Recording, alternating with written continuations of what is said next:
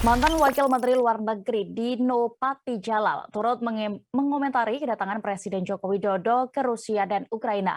Menurutnya, Rusia tidak mengindahkan misi perdamaian yang diinisiasi Jokowi.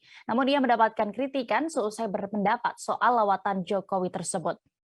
Berdasarkan kronologi kerundungan netizen kepada Dino Patijalal mulai ramai dikicaukan sejak Rabu 29 Juni 2022.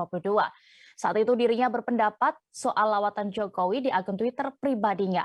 Mantan Duta Besar Indonesia untuk Amerika Serikat itu kemudian kembali berpendapat dengan mencuitkan ulang artikel berita dan menambahkan komentar yang menuai kontroversi pada Jumat 1 Juli lalu. Kemudian pada Sabtu 2 Juli malam mulai pukul 19.33, Dino Pati pun memberikan klarifikasinya. Mantan Wakil Menteri Luar Negeri era SBY ini menilai pendapatnya cenderung dipelintir. Pihaknya menegaskan bahwa misi perdamaian yang dibawa Indonesia ke Rusia dan Ukraina yang adalah inisiatif yang cemerlang. Hanya saja Rusia masih belum tertarik untuk mengakhiri perang di Ukraina. Dino berharap upaya Indonesia dalam mendamaikan Rusia dan Ukraina pun dapat berlanjut.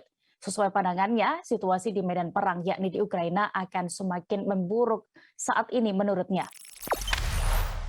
Jangan lupa subscribe, share, komen, dan like ya.